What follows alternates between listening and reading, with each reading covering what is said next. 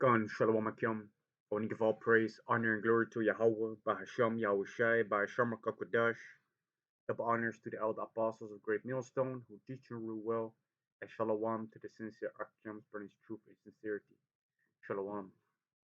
In this video, I want to go over a couple articles. Um, they're really going hand in hand concerning the topic of the global food prices that are, getting higher and higher. Um, One of the things that we're dealing right now upon this globe is the situation with the rising of the oil and gas prices. Right now, over here in the Netherlands, we pay almost €2 a liter for gasoline. The diesel is a little bit less, but still the diesel is pretty high. The diesel right now is what the normal gasoline used to be, years ago. You know, because back in the days, diesel was about €1 a liter. Now it's about 140, 150. You see, from the brother in Germany, I received the information that also there the prices are rising with the gasoline. Um, so yeah, what I want to go into in this lesson is basically how that also impacts the food prices.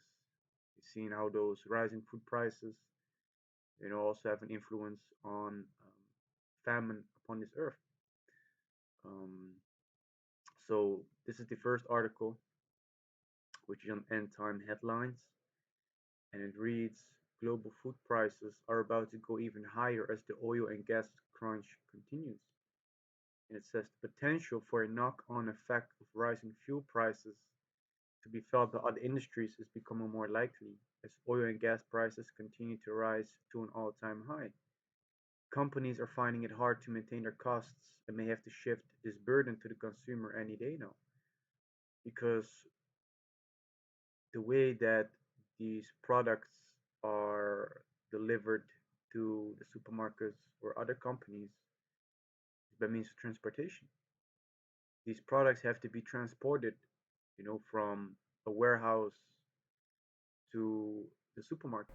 And in order for it to get there, what's necessary are trucks, sometimes boats, depending on where the products come from. So if those gas prices are rising, in order for those people um, to still have a profit, they need to incorporate the costs that they have with the transportation. They need to put that in the prices, that they ask the consumers. You see, uh, that's already happening. But you know, these companies, that sell certain products, you know, they're about to raise these prices because the transportation costs. You know, it says petrol prices have risen higher and higher this year as oil makes a comeback in 2021 following a difficult year of pandemic restrictions and low demand. This has of course been aided by the OPEC curbs on production that restricted oil output across member states of the first half of 2021. Yeah, because everything that had a means of transportation was basically laid low. The airplanes, were basically put on ground. You know, so all those planes didn't fly. So the oil that was produced wasn't being consumed um, prior to this pandemic. So that means that if there is if there's too much of a certain product, the value devalues. It becomes less. But it also says um, in this same um, paragraph, it says that the OPEC curbs on production that restricted oil output across member states for the first half of 2021, which means that the production of the oil um, was in line with that which was needed upon this earth, concerning those member states that were in league with OPEC, you know. But right now, as it says in the next paragraph, and while production levels are slowly rising, while society is slowly, so-called coming back to turn back to normal, quote unquote, there's more demand for this oil, which means the oil is gonna raise in price. You see, and while production levels are slowly rising, some countries are finding it difficult to reach new OPEC targets as they revive their oil and gas industries, meaning the global shortage continues. Looking at the price of the gasoline over the last 20 years, you can see that the global average has doubled from 60 cents a liter in 2001 to $1.20 a liter today, which is a huge jump. This year in particular, the increase in demand as economies open back up following over a year of restrictions, added to a supply shortage across much of the world, means prices are nearing an all-time high, and it seems that the trend is not over yet. You see, so there's demand, for how do you say it,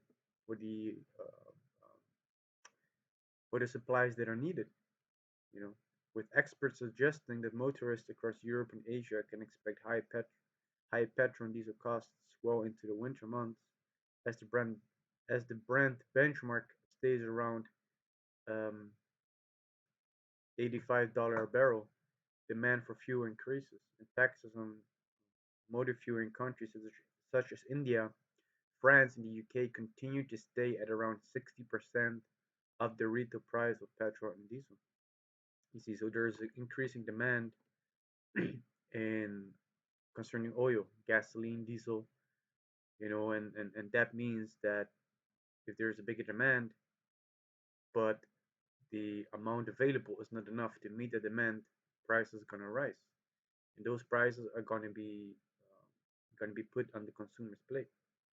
So this is a little bit more information on new finance, and it says transportation costs continue to go up. How will this affect consumer prices? Transporting goods across the globe is now more expensive than ever before, putting more pressure on businesses already facing higher wages and raw material prices. Some CEOs even expect these inflated freight costs to extend into 2023, the Wall Street Journal reports. You see, so here it also already says that transporting goods across the earth is getting more expensive, and they expect this to continue to 2023, which we don't know what's going to happen in 2023. So what we can stipulate from this is that the problem that we're gonna face, with these with these transportation prices, well, with the transporting of these goods, is going to get worse and worse. You see, and eventually this is going to affect the prices of the food in the stores. You know, also availability of certain products. Is getting more scarce by the day, which there's a lot of information on that as well. If you do a quick Google search concerning certain stores that you know um, lack certain products. Um, so we see that this earth is really, you know, um, is getting worse and worse by the day, as the Bible spoke about. As the most as written down in the scriptures through a servants the prophets, which is what we are bringing out as well. Through the spirit of Yahawashi and Rawchaa, that these things should come upon the earth. Starting off with the elder apostles, great Millstone and down. You know, it says 2 years ago, the cost of a 40-foot container cost less than 2,000 to move goods from Asia to the United States. Today, importers pay $25,000 for a one-time delivery shipment. Container carriers are on track to make 100 billion in net profit this year, up from 15 billion in 2020. John McCown, an industry veteran and founder of Blue Alpha Citadel Capital Slovakia, told Bloomberg. So there's like a, what is it? 100. Well, let me not calculate that, but we can see that the costs for moving goods in a container, is getting very, very, very high. So if these importers pay 25,000 instead of $2,000, that means that the products that are being moved in these containers still need to make a profit for those people, which means that those prices for whatever's in those containers, you know, need to rise as well. Otherwise they're not going to make a profit, you know, concerning that.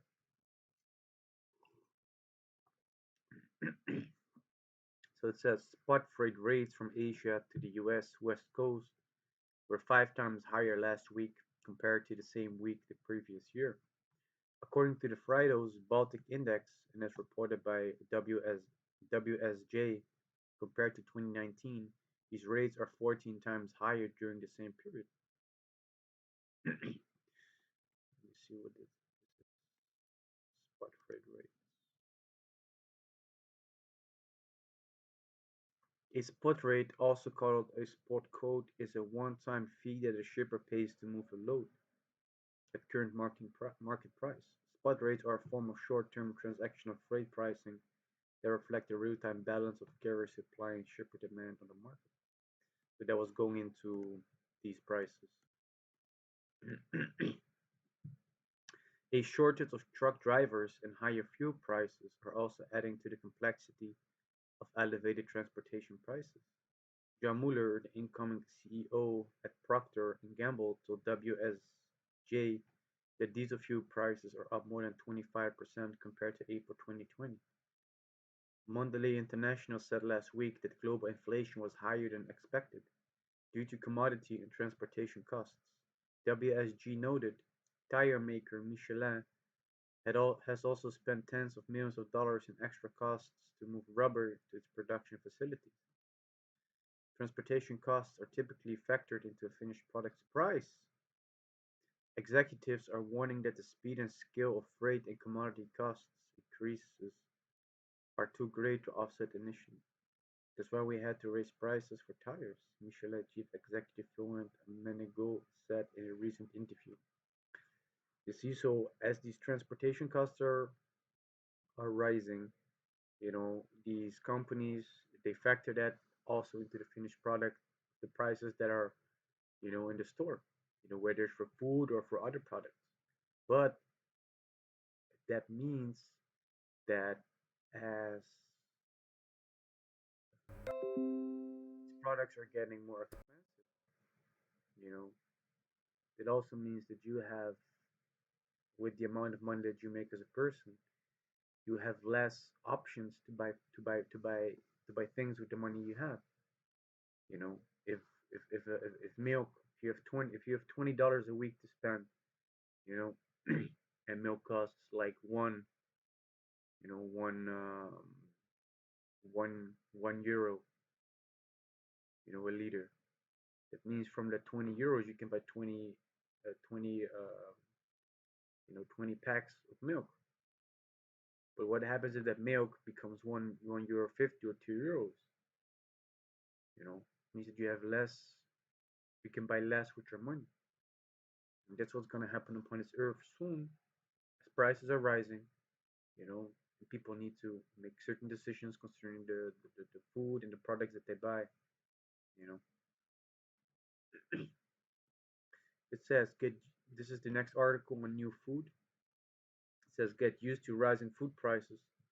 Global supply chain feeling the pinch, and supply chain is going into the process of the raw product eventually reaching like ex, the raw product eventually reaching the consumer. So it says food prices around the world are up as a variety of factors come together to increase pressure on the food and beverage supply chain. Is this something that consumers are simply going to have to get used to? You see, so what you see right here, is a beautiful It's a beautiful picture to show you, like, back in the days, you only needed this much amount of money to buy a whole, um, what is it? To buy um, a whole list of food, man. And eventually, you need a little bit more money to buy it, a little bit more money to buy it, a little bit more money to buy it, and eventually, you needed this much amount to buy the same products. Why? Because the value of the money is decreasing. At the same time, you know, the products are becoming more expensive in the stores. You know, means you have less buying power. You have less to buy with your money. It says consumers have been told to get used to higher food prices as the cost of essentials begin to rise in the wake of the global pandemic and supply chain issues.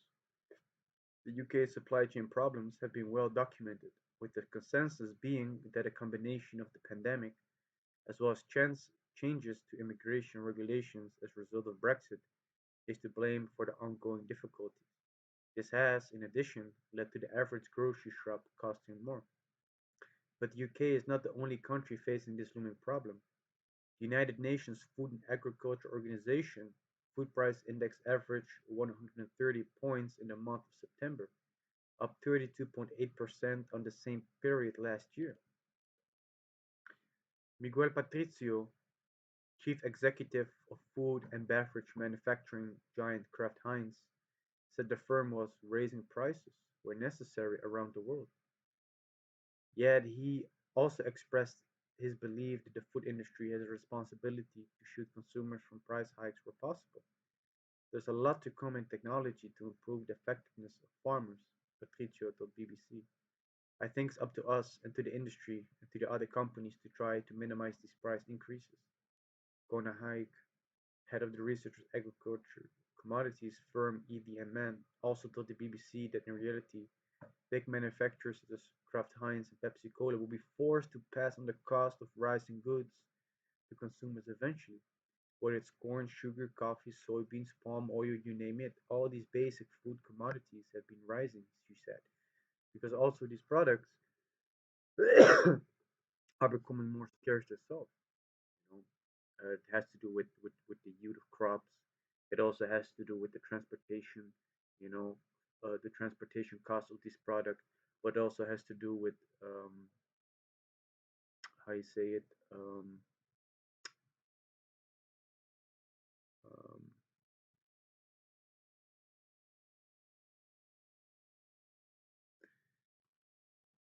Let me read on.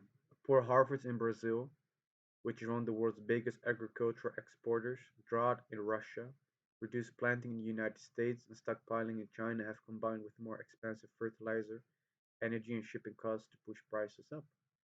You see, so here in the article, they mention reasons, a couple of reasons why these prices of these basic food commodities are rising. You see, and if we go a little bit more into what the definition of a famine is, it says a famine is a widespread scarcity of food caused by several factors, including war, natural disasters, crop failure, population imbalance, widespread poverty, an economic catastrophe, or government policies. And I don't know who changed this article, but I remember very clearly that um, the changing of food prices, inflation. I remember that inflation also used to be on the same page, which inflation means that the prices of products are increasing or rising. You see, so like I said, these people have less to buy with their money, you know. So that's also a way of a famine because scarcity really goes into um, not being able to really fulfill the needs that you need. If we look up the word scarcity, um, it says scarcity is when the means to fulfill ends are limited and costly. So if you're not able to buy those things to fulfill your needs concerning food, that means there's a scarcity. If people are not able to buy those things that they need because of the money, there's a scarcity. These people lack the proper amount of nutrition, you see. Or when it says scarcity is when the means to fulfill ends are limited, meaning there's only a limited supply of those goods available, you see. So it goes both ways. People are not able to buy it because of the higher prices, which also goes hand in hand because um, if there's a limited amount to buy, the food prices rise as well. So that goes hand in hand, you see, which is several factors, that really raise up those prices, you know, and they cause, famine to be approached from different means because famine is a scarcity of food, which can be caused by several factors such as war, which the most are prophesied about wars coming upon this earth, destruction, killing by the sword, natural disasters, which can go into the hurricanes, floods, droughts, crop failure, you see, the yielding of the products, harvesting the process of gathering a ripe crop from the fields. If there's not enough water or not enough rain to supply the grains with um, the proper amount of water, the yield's going to be less. You know, population imbalance. This is what they say that there's too many people. Too many people and not enough um, not enough food. Widespread poverty. Poverty is the state of not having enough material possessions or income for a person's basic needs. Which that actually goes into the inflation, not having enough income to buy those products due to the risen prices, an economic catastrophe, or government policies. You know, so this is Second Esdras, Salakia, chapter 15 and verse 1. And it says, Behold, speak thou in the ears of my people the words of prophecy, which I will put in their mouth, said the Lord Yahawah. So here the Most High commands us to proclaim the words of the Heavenly Father to our people. Those things that still need to come to pass, which that's what the prophecy is, something that, is being foretold to happen. And the people that we're speaking to are the Israelites, so-called Negroes, Latinos, and Native Americans, and those who are scattered among the heathen nations that might look like the heathen nations, but his lineage does go back to Abraham, Isaac, and Jacob according to their father's seed line. See, those are the chosen people of the Heavenly Father. The Most High is their, the Most High Yahawah, Bahasham, Yahawashi is their power. Verse 2, and cause them to be written in paper, for they are faithful and true. But these things were written down in the scriptures. We can read them, we can rehearse them, we can also read them and proclaim them unto the people. You know, it says, for they are faithful and true. It means that they are reliable, they can be trustworthy, meaning that these things shall surely come to pass, as it also says in the book of Habakkuk. Verse 3, for not the imaginations against thee, that not the incredulity of them trouble thee that speak against thee. So, these people, they might have certain imaginations against us, coming up against us, calling us all kind of names. We shouldn't be afraid of those men. We also shouldn't be bothered, by the people that don't believe the things that we're saying. We shouldn't be bothered by those things, because eventually the Most High is not dealing with those people. He's not trying to save them. Those people are basically doomed for destruction. They're the ones that are going to be suffering, the things that we're talking about. They're going to suffer the sword, the famine, the death, and destruction. Why? Because they're wicked pieces of shit. You know. Verse 4, for all the unfaithful should die their unfaithfulness. You see, they're going to die because they didn't want to believe. You see. Verse 5, behold, said the Lord Yahawah, I will bring plagues upon the world, the sword, famine, death, and destruction. So the Most High is going to make sure that wars are happening across the earth. People are going to stand up, against each other. Also having weapons in their hands, which the modern day sword goes into the gun. Famines, scarcity of food, you know, lack of food, to be, more specific, but also, not being able to buy food. That also goes into famine, death, you know, A lot of people are gonna die. You know, pestilences. You know, teeth of wild beasts. And destruction. And the last destruction that's coming upon this earth. Is when Yahawashi comes back. And then the 200 million missiles. Going to be launched. You know, going to bring utter destruction on certain places of this earth.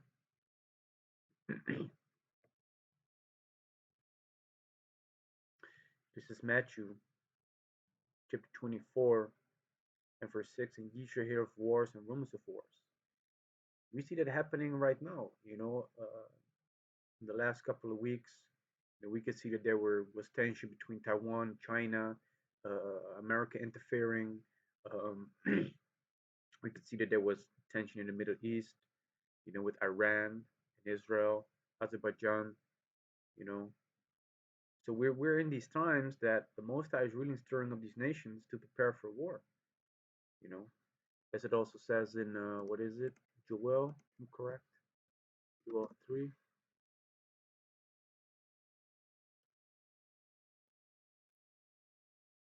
This is Joel chapter 3, verse 9. Proclaim ye this among the Gentiles, prepare war, wake up the mighty men, let all the men of war draw near, let them come up. Beat your plowshares into swords, and your pruning hooks into spears, let the weak say I'm strong. Assemble yourselves and come, all ye heathen, and gather yourselves together round about, thither cause thy mighty ones to come down, O Lord Yahawah. Let the heathen be awakened, and come up to the valley of Jehoshaphat, for there will I sit to judge all the heathen round about. So what we're seeing right now is the Most High is stirring up these nations, to prepare for war. You might have certain nations that, were not really, occupying themselves with war. Hence, beat your plowshares into swords, which the plowshares is basically a gardening instrument. You know, turn those into swords. These nations are going to prepare themselves, for the wars and rumors of wars that are taking that are happening right now upon the earth. And eventually, all these things shall lead down to the Third World War. You see, and the Most High is going to bring all these nations to the valley of Yahawashi, which is in the Middle East, and there he's going to judge, basically plead with them for his people Israel. You see, this is Joel 3:1. For behold, in those days and in that time, when I shall bring again the captivity of Judah and Jerusalem. And the captivity goes back to bring back in a former state, which the former state was when we, as a nation, were um, basically um, worshiping Yahweh Shai, worshiping the Heavenly Father. We're going to be brought back into that former state of knowing who we are, of worshiping the Heavenly Father, of doing His will and His commandments. And the Most High is doing that in these days. He's bringing back those people, that He wants, for salvation. He's bringing them back. So eventually, He's going to, establish the kingdom upon this earth, you know, with His chosen people, with the Israelites. You know, and these things are happening right now. And during that time, He's also gathering all the nations and bringing them, to the valley of Yahawashi, which is the Middle East. Joel 3 and 2. I will also gather all nations and will bring them down into the valley of Yahawashi, which means Yahweh's judgment, and will plead with them there for my people and for my heritage Israel, whom they have scattered among the nations and parted my land. You see, these nations put us into slavery, brought us from one end of the earth to the other end of the earth. If you go to the land of Israel right now, you know, it's parted among these Gentiles, you know. But back to Matthew chapter 24 and verse 6 again. And ye shall hear wars and rumors of wars. See that ye be not troubled, for all these things must come to pass, but the end is not yet. You see, so we're seeing that these wars are being stirred up. But we shouldn't be troubled by these things because these things are necessary to happen, before before Yahawashi can come back. For nation shall rise against nation, and kingdom against kingdom, and there shall be famines and pestilences and earthquakes in the first places. You see, so nations gonna rise against nation, and these kingdoms against kingdoms. It's gonna be wars, and there shall be famines, a lack of bread, a lack of water, and pestilences, which goes into these deadly diseases, which right now we're dealing with a so-called pandemic, but the Most High is about to release some real pestilences upon this earth and earthquakes in their first places. So we also see that certain earth places are taking place across the earth on a daily basis. If you go and look up this earthquake tracker, you know, you can see that there are earthquakes happening, you know, every day, multiple times a day in different places. You see, so the signs are out there. The Most High is really visiting this earth which He made. You know, so our people are still asleep, but they need to wake the fuck up because right now it is high time to awake out of sleep. For right now is our salvation nearer than when we believed. You know, meaning that we're gonna be taken out of this hellhole. But before that's gonna happen, we need to go through much more hell. You know, but at the end of that tunnel, that darkness, you know, that evil time that the Most is gonna bring upon this earth, there's also light and the kingdom and eternal happiness for our nation. You see, verse 8 of these are the beginning of sorrows, which the sorrows is what I just referred to. That hellish time upon the earth that the Most High is about to bring, which being referred to as Jacob's trouble. In which all these calamities, you know, that I just spoke about are going to happen upon the earth: sword, famine, death, and destruction. You know, this is Second Ezra chapter 15 and verse 19.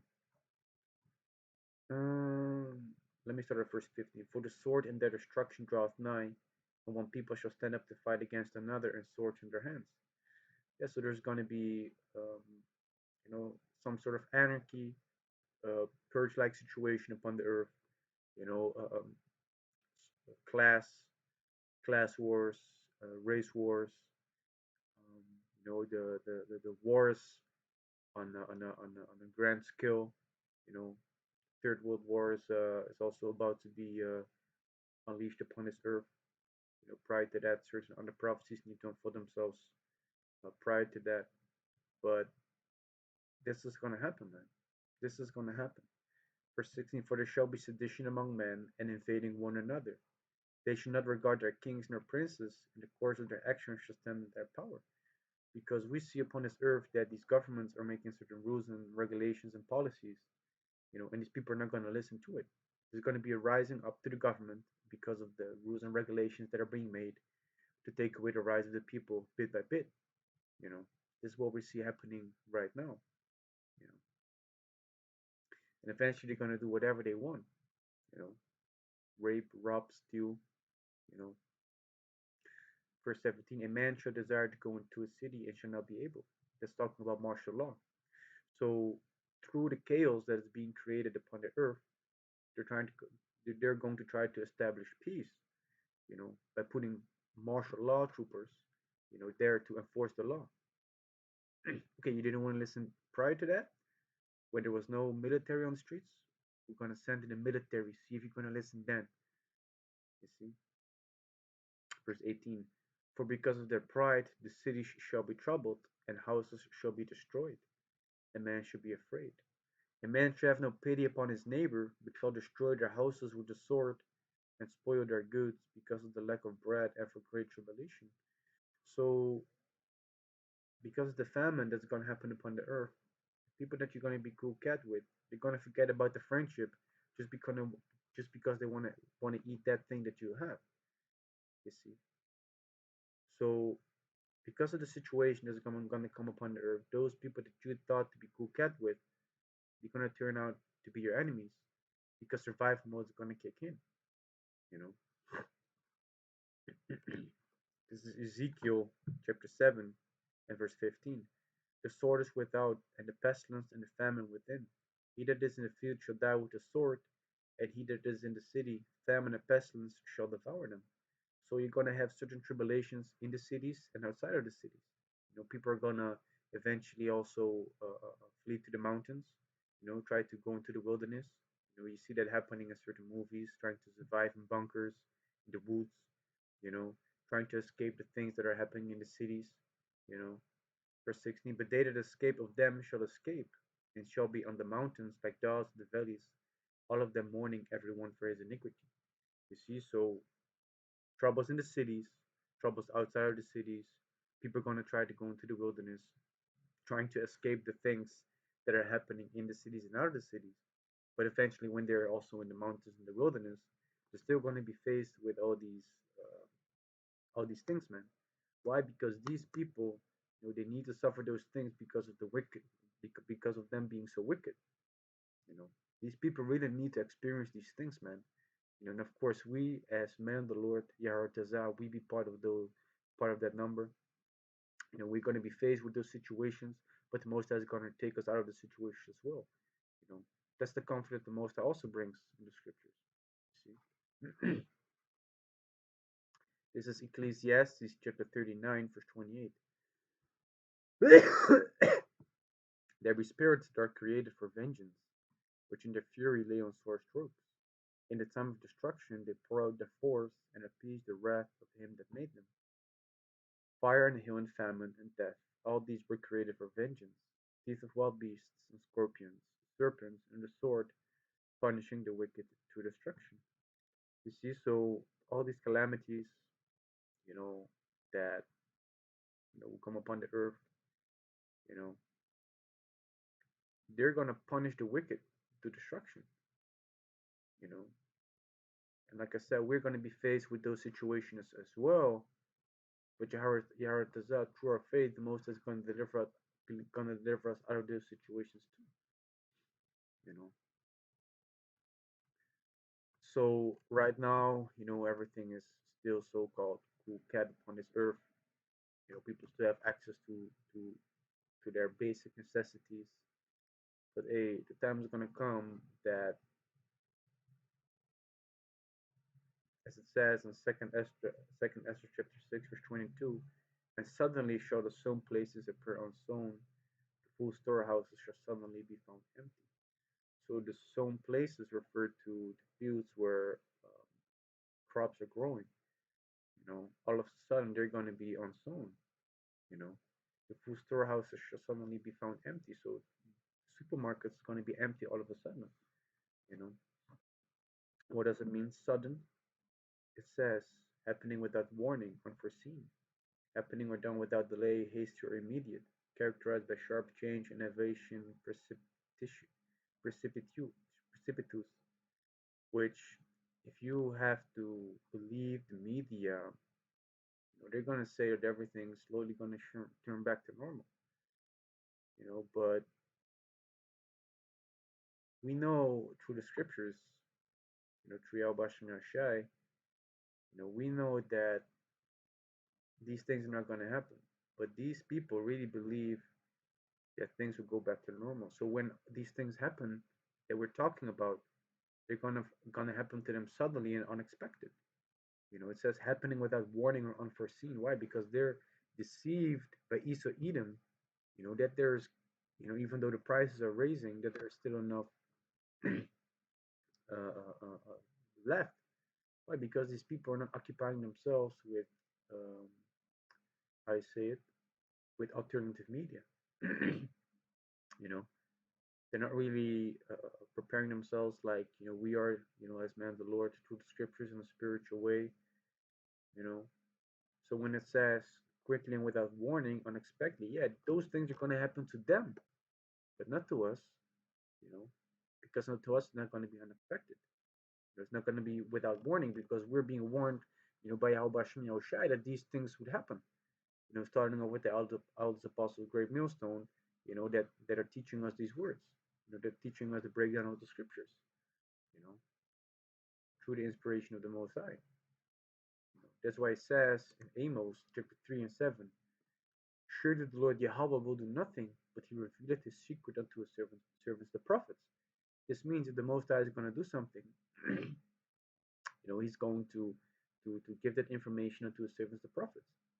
You know, so we're going to be forewarned about those things. You see, therefore are we, as it also says in Second Esther chapter 15, we're speaking into the ears of our people the words of prophecy, which the Most High puts in our mouths. We're warning our people, which that's a sign of love, man. Of course, these things also come with rebuke and exhortation, but eventually that also goes down to love, man. Which at first it seems grievous, but afterward you're the fruit of the righteousness, man. You're gonna become a better man. You're gonna be more improved. You know, most is gonna be more happy with your progress. You know, that's why it says in Ezekiel chapter 3 and 17, "Son of man, I have made thee a watchman unto the house of Israel," and the watchman is really looking out for danger. You know, and the danger that we're talking about are the things that are coming upon the earth. You know, for warning our people for these things, so they still have time to prepare themselves. You know, therefore hear the word of my mouth and give them warning from me. You see, so we're warning our people through the instruction that the Most High gives us. You know, that's what we're doing. We're warning them, tell them to come back to prepare themselves, to stop doing the folly and the wickedness that they're doing. You know, because these things that are coming upon the earth, you know, to bring destruction and death and calamity, you know, these wicked people are going to be taken by that. You know, Yehartazah, you know, we're going to be exempt from, you know, certain judgments, you know,